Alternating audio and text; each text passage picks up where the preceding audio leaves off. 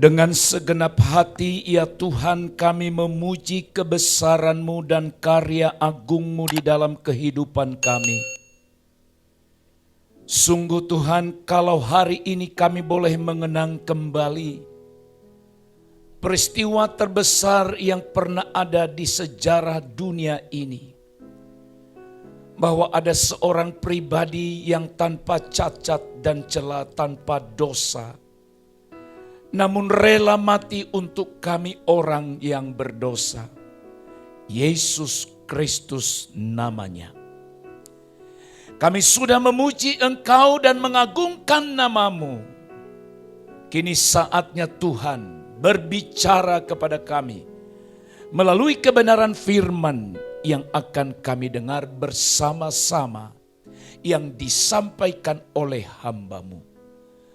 Urapilah hamba-Mu secara khusus ya Tuhan, supaya hamba-Mu dapat berkata-kata seturut kehendak-Mu saja. Urapi kami semua yang mendengar dan diberi kami kemampuan yang sama melakukan firman itu. Dalam nama Tuhan Yesus kami berdoa, kami mengucap syukur. Haleluya, haleluya, amin. Kebenaran firman Tuhan hari ini Bapak Ibu Saudara-saudara dalam perayaan hari kematian daripada Yesus Kristus Tuhan kita, atau yang kita sebut dengan Jumat Agung, berjudul Menang atas keakuan. Pembacaan firman Tuhan kita awali dari Efesus pasal yang kedua, ayat yang pertama sampai ayat yang ketiga, demikian firman Tuhan. Kamu dahulu sudah mati karena pelanggaran dan dosa-dosamu. Kamu hidup di dalamnya karena kamu mengikuti jalan dunia ini. Karena kamu mentaati penguasa kerajaan angkasa, yaitu roh yang sekarang sedang bekerja di antara orang-orang durhaka. Sebenarnya dahulu kami semua juga terhitung di antara mereka. Ketika kami hidup di dalam hawa nafsu daging dan menuruti kehendak daging dan pikiran kami yang jahat. Pada dasarnya kami adalah orang-orang yang harus dimurkai, sama seperti mereka yang lain. Amin. Rasul Paulus berkata kepada jemaat di Efesus bahwa mereka dahulu sudah mati karena pelanggaran dan dosa-dosa yang mereka perbuat. Dan dia juga berkata bahwa sebenarnya kami juga terhitung di antara mereka, di antara orang-orang yang harus mati oleh pelanggaran dan dosa-dosa mereka. Pada dasarnya kami adalah orang-orang yang harus dimurkai. Pada dasarnya kita semua adalah orang-orang yang harus dimurkai sama seperti yang lain. Bapak, Ibu, Saudaraku yang dikasihi Tuhan, itulah nasib setiap orang kalau atau andai kata Kristus tidak mati bagi kita. Perayaan kematian Kristus kali ini mengingatkan kita untuk belajar dari Kristus. Bagaimana Kristus yang rela untuk menanggalkan, melepaskan semua predikat yang melekat pada dirinya yang sebenarnya membuat dia nyaman. Namun Yesus, dia harus lepaskan semua kesenangan pribadinya untuk menggenapi rencana Allah, yaitu keselamatan kita. Untuk itu Bapak Ibu Saudara-saudaraku yang terkasih dalam Kristus, dalam perjalanan pengiringan kita dengan Tuhan, di mana setiap kita harus bergumul untuk melepaskan, untuk melawan segala keinginan daging kita. Dengan kata lain, bagaimana supaya kita bisa menang atas keakuan kita. Maka kita harus sadar akan musuh rohani orang-orang percaya. Musuh rohani orang percaya itu yang pertama saudaraku adalah jalan dunia ini. Yaitu lingkungan kafir yang berusaha menyeret kita untuk hidup dengan nilai, untuk hidup dengan standar dunia, di mana nilai atau standar dunia ini bertentangan dengan standar nilai kerajaan Allah. Itulah jalan dunia ini. Sampai hari ini kita berhadapan dengan godaan atau musuh ini yang membuat kita untuk tidak percaya atau yang menyeret kita keluar dari kebenaran. Yang kedua Bapak Ibu Saudara, musuh rohani kita adalah penguasa kerajaan angkasa. Penguasa kerajaan angkasa itu ialah iblis, roh jahat yang selalu menggoda dan ingin menjatuhkan kita. Iblis tidak senang saudara datang pada Tuhan. Iblis tidak senang kalau saudara konsentrasi menyembah dengar firman-Nya, yaitu firman Tuhan. Tetapi iblis berusaha untuk menggoda kita, untuk menjatuhkan kita supaya tidak percaya pada Tuhan. Yang ketiga, musuh rohani kita adalah hawa nafsu daging kita. Yaitu sifat-sifat manusia lama yang telah jatuh dalam dosa dan tidak bisa mentaati kehendak Allah. Ini semua bersumber dari hawa nafsu kedagingan kita. Dan tahukah saudara bahwa dari 3 musuh rohani ini, musuh terbesar yang harus kita kalahkan adalah hawa nafsu daging atau diri kita sendiri, di mana di dalamnya ada sang aku atau ego yang keinginannya seringkali tidak sesuai dengan keinginan Allah. Keinginan daging kita, sikap egois kita yang selalu membuat kita supaya hidup bertentangan dengan Injil kerajaan Allah. Maka Bapak Ibu Saudara-saudara, sebuah pertanyaan untuk kita renungkan bersama-sama hari ini adalah bagaimana kita bisa menang atas keakuan ego yang ada dalam diri kita. Bapak Ibu yang terkasih dalam Tuhan, mari kita belajar dari Kristus. Belajar dari keteladanan Yesus ketika dia mencuci kaki murid-muridnya.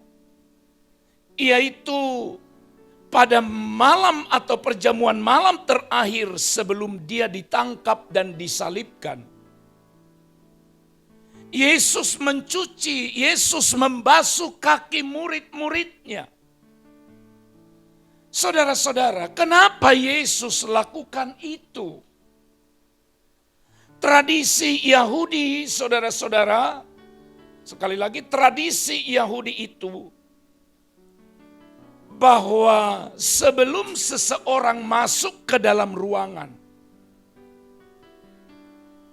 maka ada budak yang ditugaskan untuk mencuci kaki. Setiap orang yang datang, setiap orang yang hendak masuk ke dalam ruangan itu. Kakinya harus dicuci. Kalau kita sekarang, di zaman sekarang ini, di masa pandemi sekarang, saudaraku sekalian, sebelum masuk ruangan harus apa? Cuci tangan. Sekarang semua seperti itu.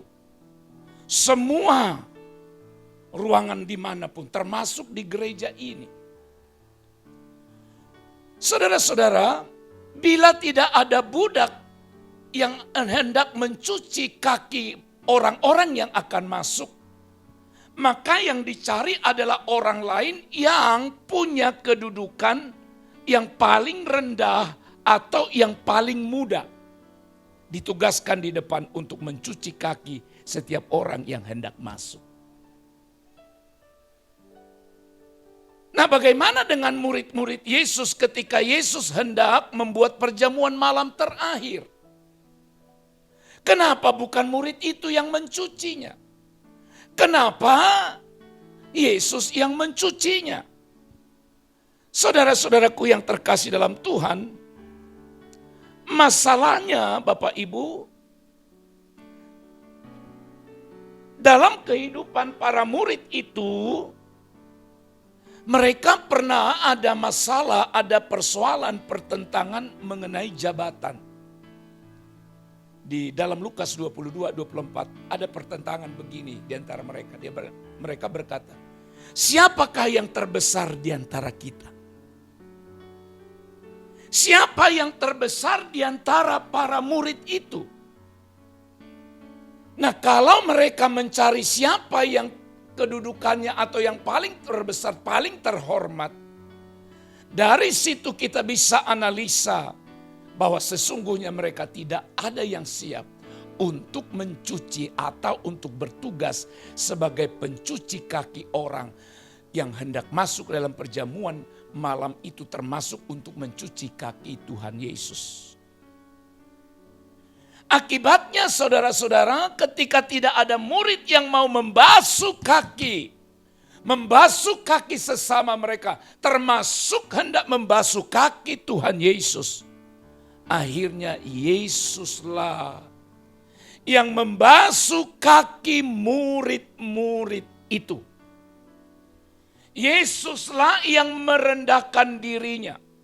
Yesuslah yang menanggalkan keakuannya untuk mencuci kaki murid itu.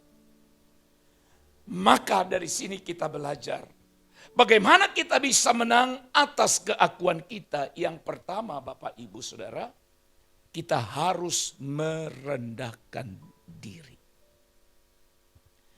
Yesus merendahkan dirinya. Seharusnya murid itu yang mencuci kaki Yesus. Tetapi Yesus yang mencuci kaki murid-murid itu. Ini mengajarkan, ini mengingatkan kita, memberikan kita teladan. Sama seperti Yesus merendahkan diri. Kepada jemaat di Filipi, Rasul Paulus berkata dalam Filipi pasal 2 ayat yang ketiga, dengan tidak mencari kepentingan sendiri atau puji-pujian yang sia-sia.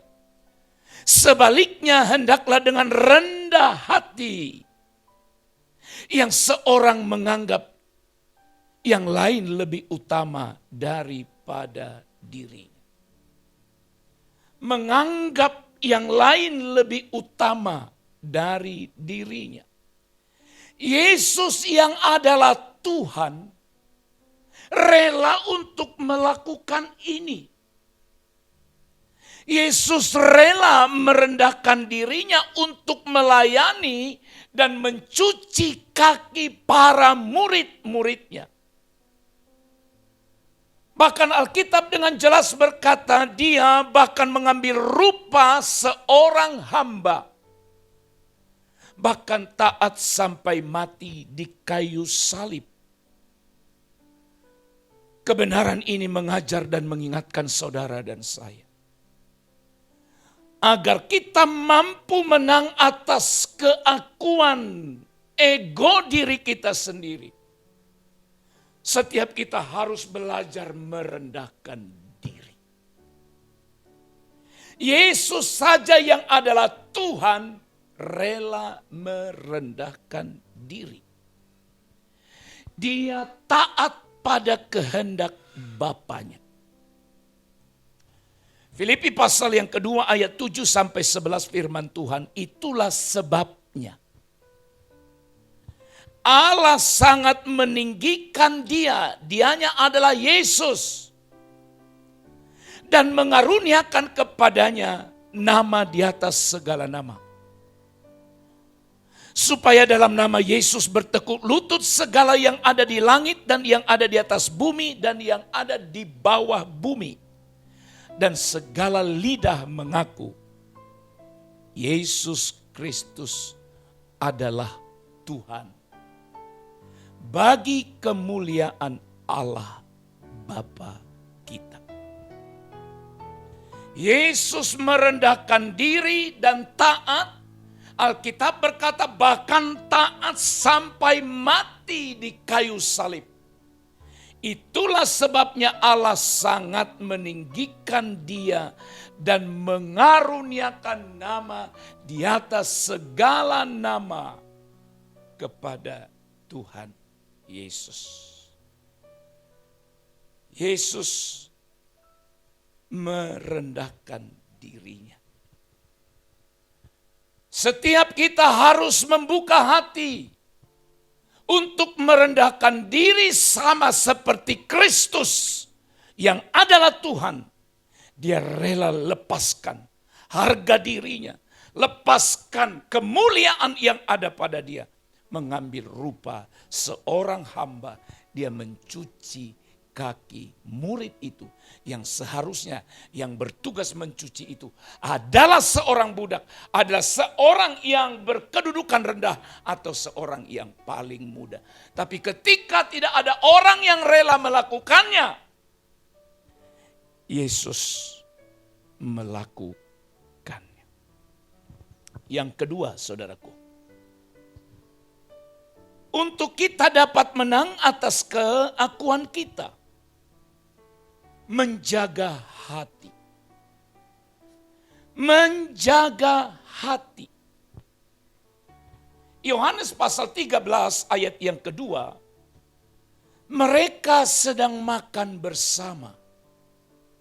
Dan iblis telah membisikkan rencana dalam hati Yudas Iskariot, anak Simon, untuk mengkhianati dia, Yesus. Rencana dalam hati Yudas Iskariot yang sudah dikuasai oleh iblis, yang akhirnya mengkhianati Tuhan Yesus. Hal yang kedua adalah menjaga hati. Orang yang menang atas keakuan adalah orang yang bisa menjaga hati agar tidak mudah kecewa melihat kelemahan orang lain. Yesus tidak menjadi kecewa sekalipun yang mengkhianati dia bukan orang jauh. Yang mengkhianati Yesus adalah orang yang bersama-sama dengan dia. Yang mengkhianati Yesus adalah muridnya sendiri. Yang menyangkal Yesus juga adalah muridnya sendiri. Yudas mengkhianati, Petrus menyangkal Yesus. Saudara, apakah ada kesalahan pada diri Kristus? Tidak. Yesus benar tidak pernah berdosa, selalu diwarnai dengan belas kasihan, penuh kasih, hatinya baik. Namun saudara-saudara, akan tetap ada seorang Yudas Iskariot yang mengkhianati dia. Perhatikan baik. Murid mengkhianati. Murid menyangkal Yesus.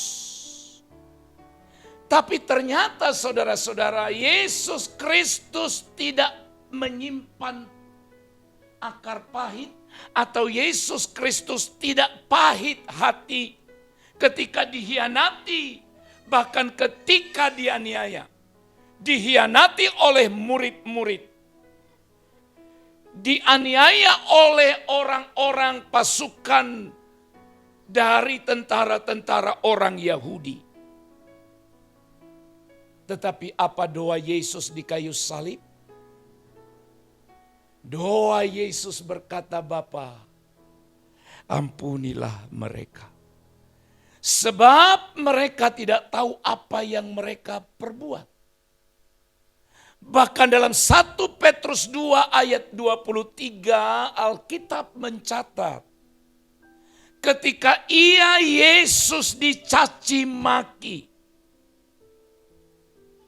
Yesus tidak membalas dengan mencaci maki. Ketika Yesus menderita, ia tidak mengancam. Tetapi ia menyerahkannya kepada Dia yang menghakimi dengan adil. Siapa yang melakukan ini? Tuhan Yesus. Coba perhatikan baik, dicaci maki tidak membalas. Bisakah dia membalas? Bisa. Ketika ia menderita di bawah tekanan yang berat, dia tidak mengancam.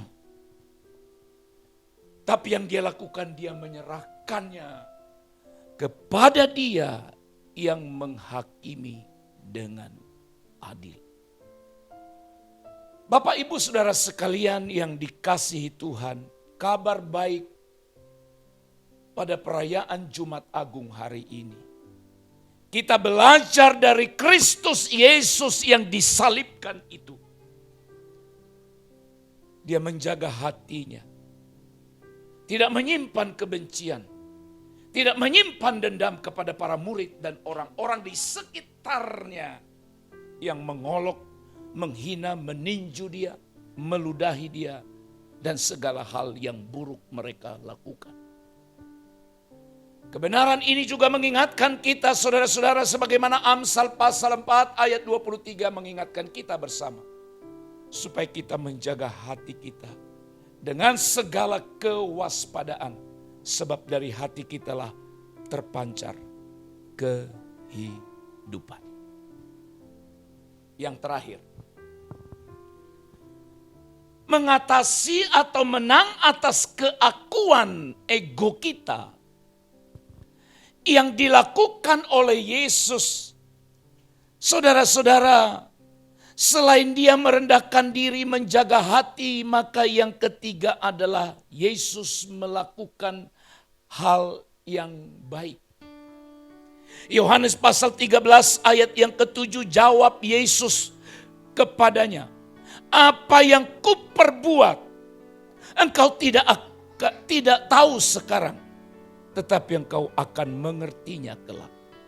Apa maksudnya ketika Yesus mencuci kaki murid-murid itu? Mereka tidak tahu apa arti semuanya itu. Makanya murid itu berkata, kenapa hanya kakiku? Kenapa hanya kaki saya yang dicuci? Maunya dimandikan sekalian. Jangan hanya kaki. Mereka tidak mengerti. Kenapa kakinya yang diambil? Itu menunjukkan kerendahan hati, kebesaran hati daripada Kristus yang mau menyentuh bagian yang terburuk, bagian yang terkotor dalam kehidupan manusia. Bapak Ibu yang dikasihi Tuhan, di saat Yesus hendak mencuci kaki murid-muridnya dan tidak ada murid yang bersedia. Yesus menanggalkan jubahnya. Dia mengambil lap, mengambil air serta membasuh kaki para murid-muridnya. Dari sini kita belajar, saudara, dia tidak menuntut supaya murid itu melayani dia. Dia tidak menuntut supaya murid itu cuci kakinya. Tetapi justru dia melayani dan menjadi berkat bagi orang lain. Tujuan hidup kita selama ada di dunia ini adalah berbuat atau melakukan hal yang baik. Pertama-tama Tuhan dipermuliakan. Hidup kita menjadi berkat bagi semua orang, khususnya orang-orang yang ada di sekitar kita. Itu Alkitab menekankan. Orang yang menang atas keakuan tidak memikirkan dirinya sendiri, melainkan tetap melayani orang lain. Hidup ini adalah kesempatan. Demikian sebuah syair lagu mengingatkan kita. Kesempatan untuk berbuat baik. Sebab kita tidak tahu kapan kehidupan kita akan berakhir. Selagi masih ada waktu, berbuat baiklah kepada Tuhan, tentu pada pekerjaannya, pelayanannya, juga kepada sesama manusia. Yesus memang disalahpahami oleh murid itu. Mereka punya persepsi yang salah ketika Yesus mencuci kaki murid-muridnya. Tetapi Yesus tetap melakukan hal yang baik bagi orang lain. Dengan dia berkata, apa yang kuperbuat engkau tidak tahu sekarang, tetapi engkau akan mengertinya kelak. Bapak Ibu yang dikasihi Tuhan, kita terus bergumul, terus berjuang untuk kita bisa mengalahkan ego kita. Untuk bisa mengalahkan keakuan kita yang seringkali lebih menonjol. Selain keakuan yang sering menonjol, keakuan kita pun sering melakukan hal-hal yang bertentangan dengan kehendak Allah. Oleh sebab itu, Bapak Ibu yang dikasihi oleh Kristus Yesus Tuhan kita, mari kita membuka hati sebagaimana Kristus melakukannya. Karena teladan hidup kita, idola kita, pola patron kehidupan kita, bukan yang lain, tetapi Yesus. Menjadi seperti Yesus adalah kerinduan kita bersama. Itu sebabnya saudaraku, renungkan kebenaran ini bagaimana kita bisa menang atas keakuan. Yang pertama kita harus merendahkan diri. Rendahkan diri. Yang kedua jaga hati. Dan yang ketiga lakukan hal yang baik. Yesus menang. Yesus menang. Mulai dari peristiwa Taman Getsemani. Sampai dalam perjalanan salib atau perjalanan Via Dolorosa. Sampai tergantung di kayu salib. Sampai matinya di kayu salib. Dia tidak mempertahankan dirinya. Tidak mempertahankan identitas atau keberadaannya sebagai anak Allah. Tapi dia mengambil rupa seorang hamba. Dia merendahkan diri, taat, bahkan taat sampai mati di kayu salib. Pergumulan bersama.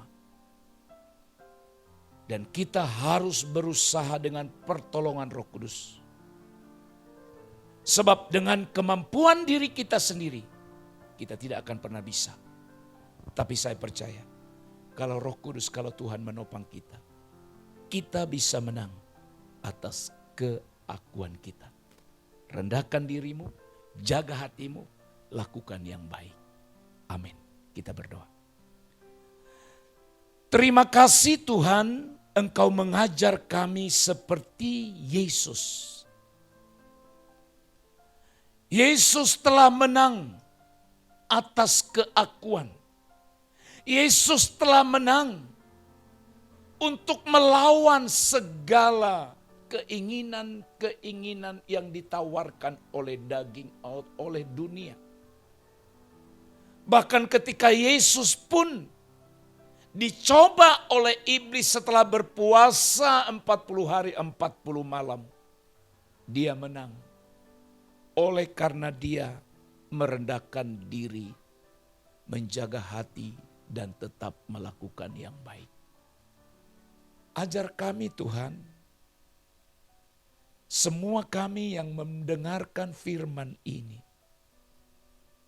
supaya kami mau merendahkan hati kami, merendahkan diri kami. Hingga kami hidup berkenan di hadapan-Mu. Dalam nama Yesus, kami berdoa, kami mengucap syukur. Haleluya. Amin.